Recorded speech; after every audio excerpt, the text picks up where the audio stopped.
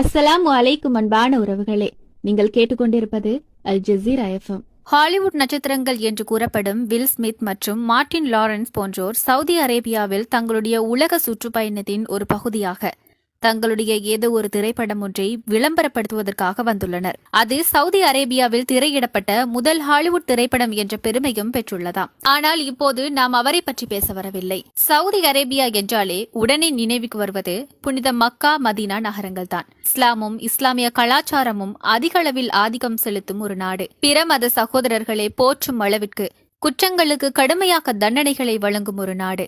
Club மற்றும் பார்கள் எதுவும் இல்லாத ஒரு நாடு. ஆனால் இன்று எல்லாம் கொஞ்சம் கொஞ்சமாக மாறி வருகிறது. நாம் அனைவரும் நம் அன்பிற்கும் மதிப்பிற்கும் உரிய நபி ஸல்லல்லாஹு அலைஹி வஸல்லம் அவர்களுடைய உம்மத்துகள். இதை பற்றி பேசுவதற்கே உண்மையில் மிகவும் வருத்தமாக உள்ளது. ஒரு பக்கம் காசா பசியாலும் பட்டினியாலும் வாடுகிறார்கள்.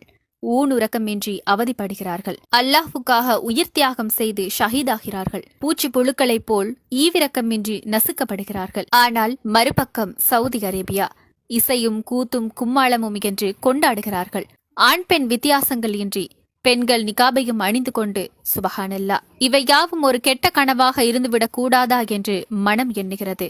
அல்லாஹு அக்பர். அல்லாஹு தாலா தான் அனைத்து ஹராம்களிலிருந்தும் பாவங்களிலிருந்தும் நம் அனைவரையும் பாதுகாக்க வேண்டும். அல் குர்ஆன் அத்தியாயம் 5 வசனம் 2 கூறுகிறது, நன்மையிலும் பயபக்தியிலும் நீங்கள் ஒருவருக்கொருவர் உதவி செய்து கொள்ளுங்கள். பாவத்திலும் பகைமையிலும் நீங்கள் ஒருவருக்கொருவர் உதவி செய்து கொள்ள வேண்டாம். அல்லாஹ்வுக்கே பயப்படுங்கள். நிச்சயமாக அல்லாஹ் கடுமையாக தண்டிப்பவன்.